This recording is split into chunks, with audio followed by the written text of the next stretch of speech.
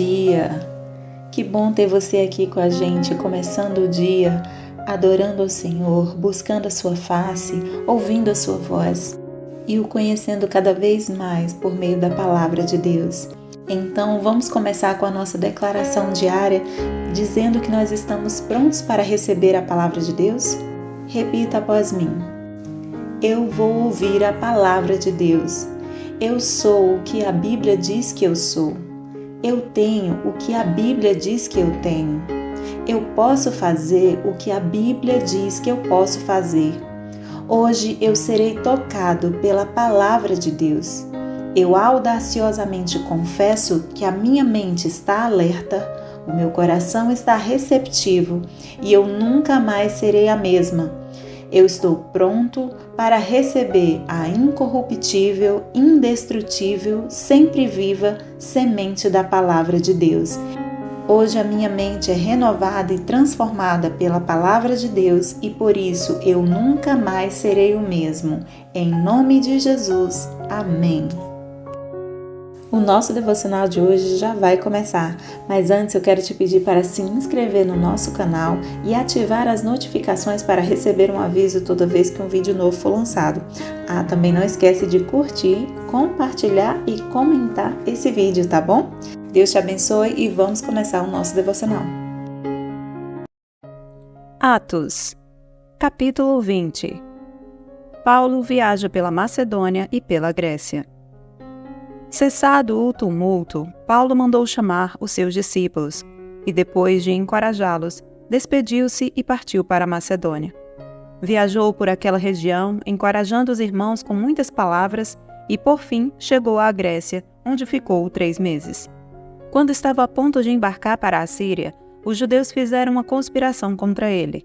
Por isso, decidiu voltar pela Macedônia, sendo acompanhado por Sópatro, filho de Pirro, de Bereia, Aristarco e Segundo, de Tessalônica, Gaio, de Derbe e Timóteo, além de Tíquico e Trófimo, da província da Ásia. Esses homens foram adiante e nos esperaram em Troade.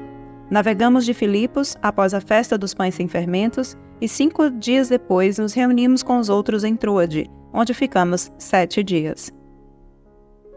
A ressurreição de Eutico em Troade. No primeiro dia da semana, reunimos-nos para partir o pão, e Paulo falou ao povo. Pretendendo partir no dia seguinte, continuou falando até a meia-noite. Havia muitas candeias no piso superior onde estávamos reunidos. Um jovem chamado Eutico, que estava sentado numa janela, adormeceu profundamente durante o longo discurso de Paulo. Vencido pelo sono, caiu do 3º andar. Quando o levantaram, estava morto.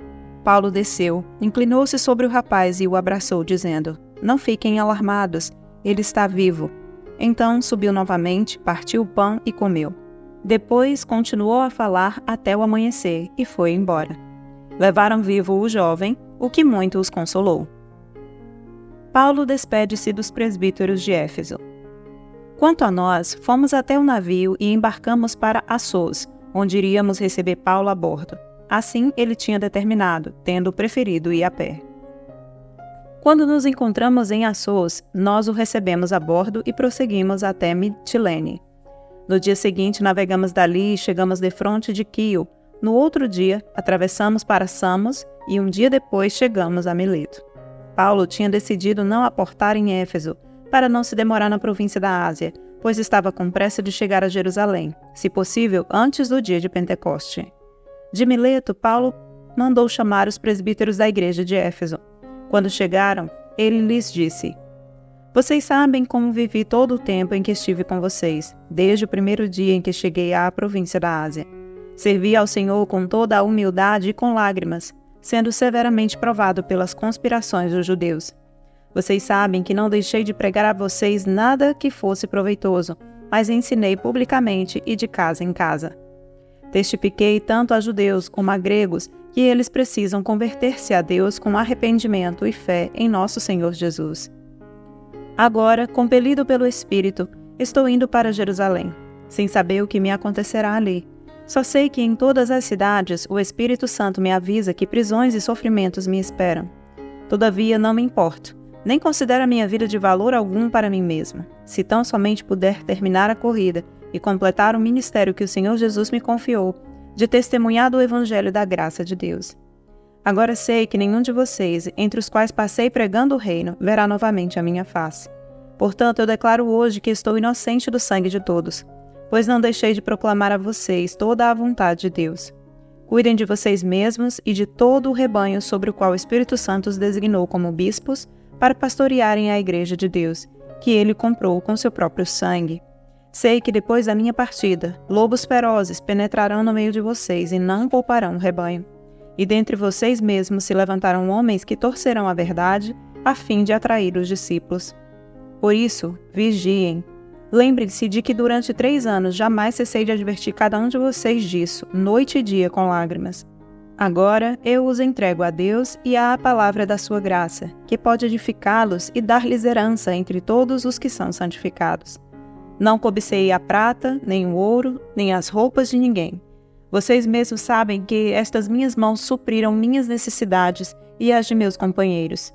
Em tudo o que fiz, mostrei a vocês que, mediante trabalho árduo, devemos ajudar os fracos, lembrando as palavras do próprio Senhor Jesus que disse: há maior felicidade em dar do que em receber. Tendo dito isso, ajoelhou-se com todos eles e orou.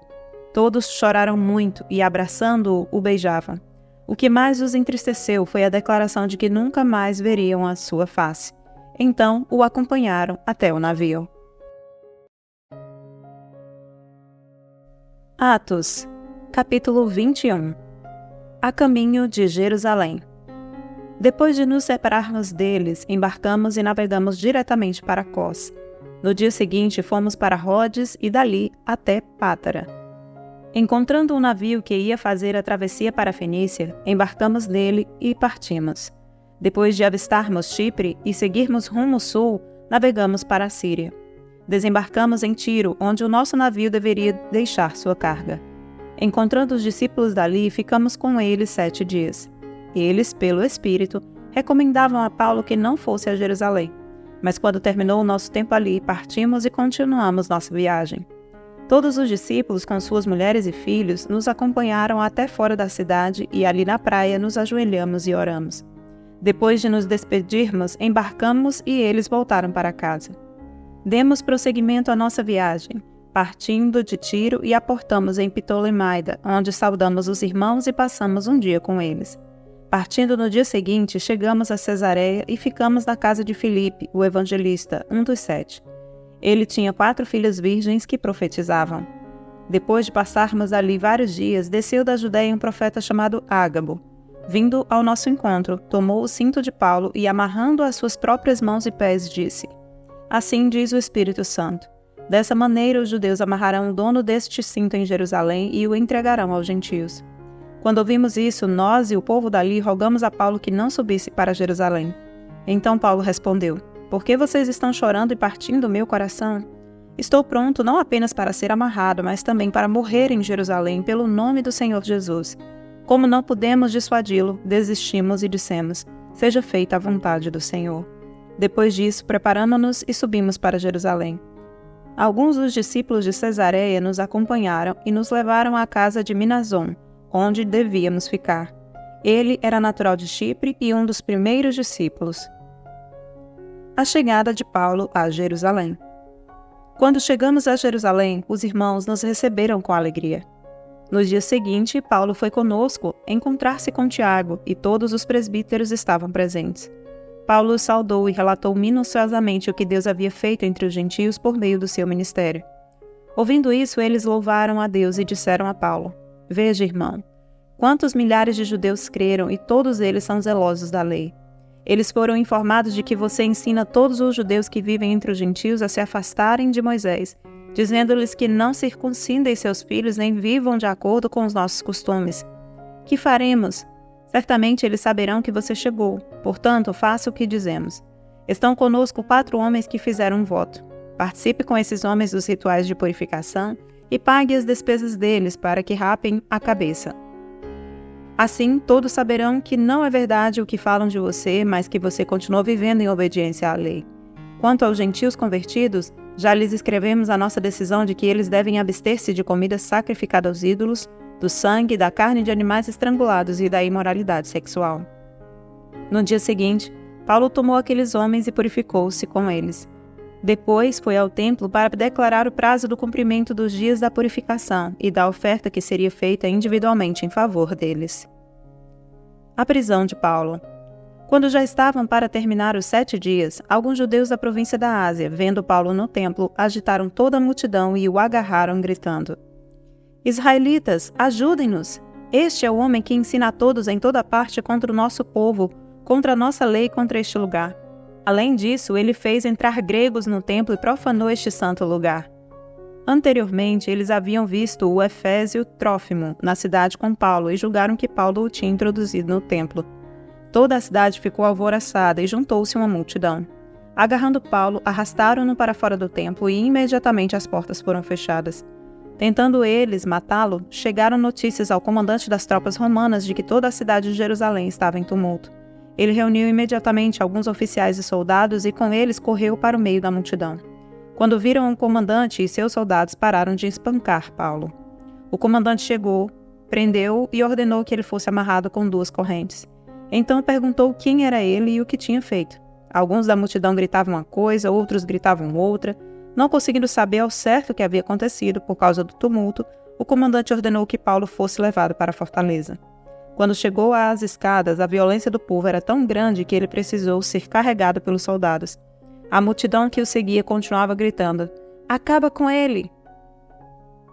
O discurso de Paulo. Quando os soldados estavam para introduzir Paulo na fortaleza, ele perguntou ao comandante: Posso dizer-te algo? Você fala grego? Perguntou ele. Não é você o egípcio que incitou uma revolta e há algum tempo levou 4.000 assassinos para o deserto? Paulo respondeu: Sou judeu, cidadão de Tarso, cidade importante da Cilícia. Permite-me falar ao povo.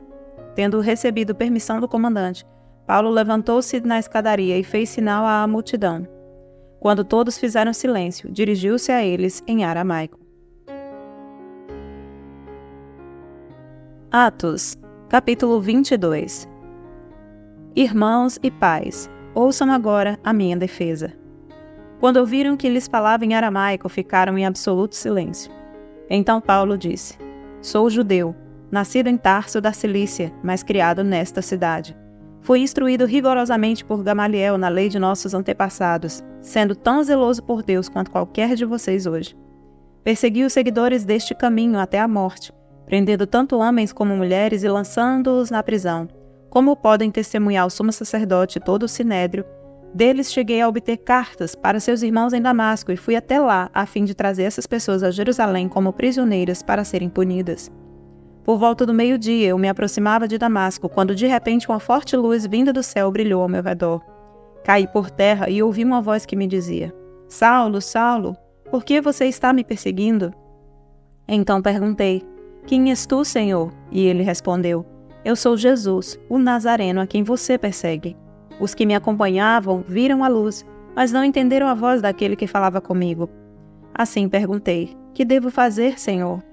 Disse o Senhor: Levante-se, entre em Damasco, onde lhe será dito o que você deve fazer.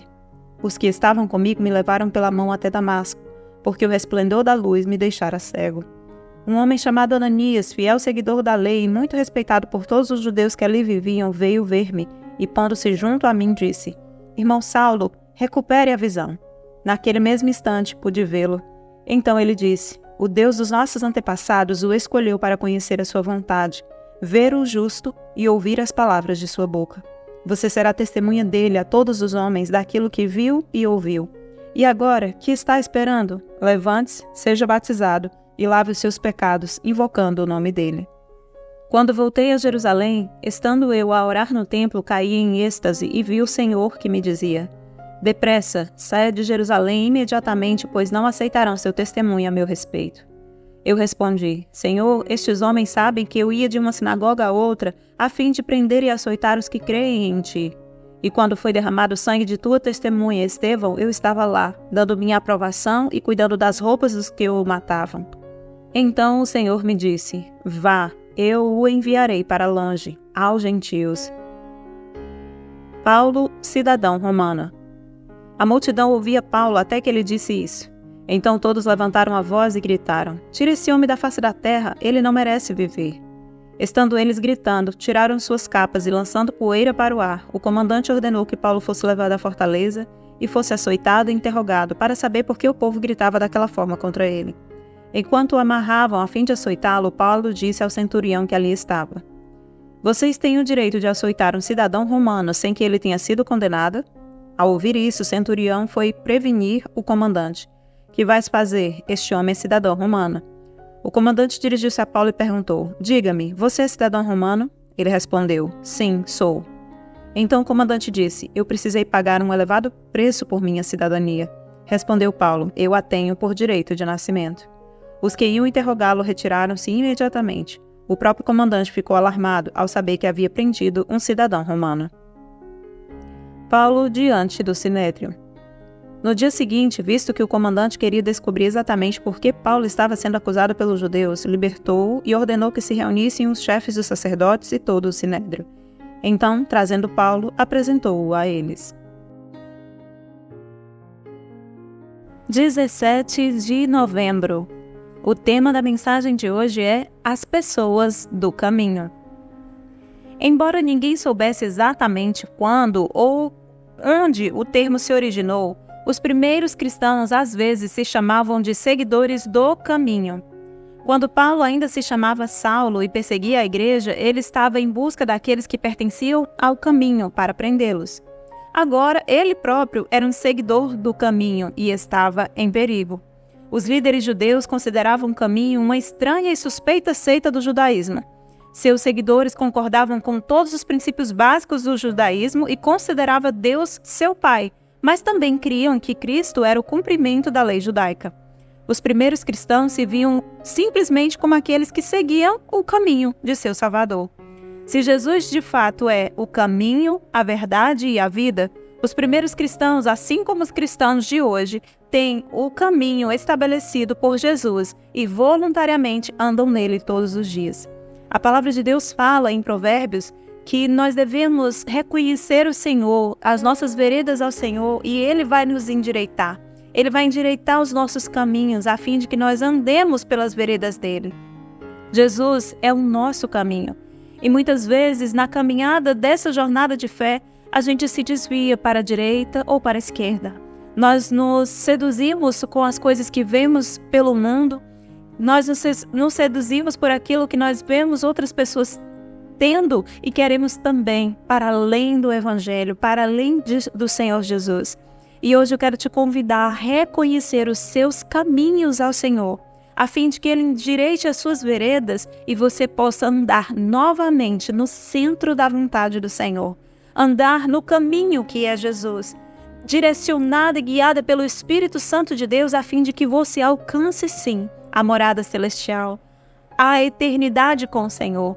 Não se desvie mais para a esquerda nem para a direita, nem se iluda com as ilusões deste mundo, porque este mundo só nos traz morte, só nos traz no fim da vida tristeza e agonia.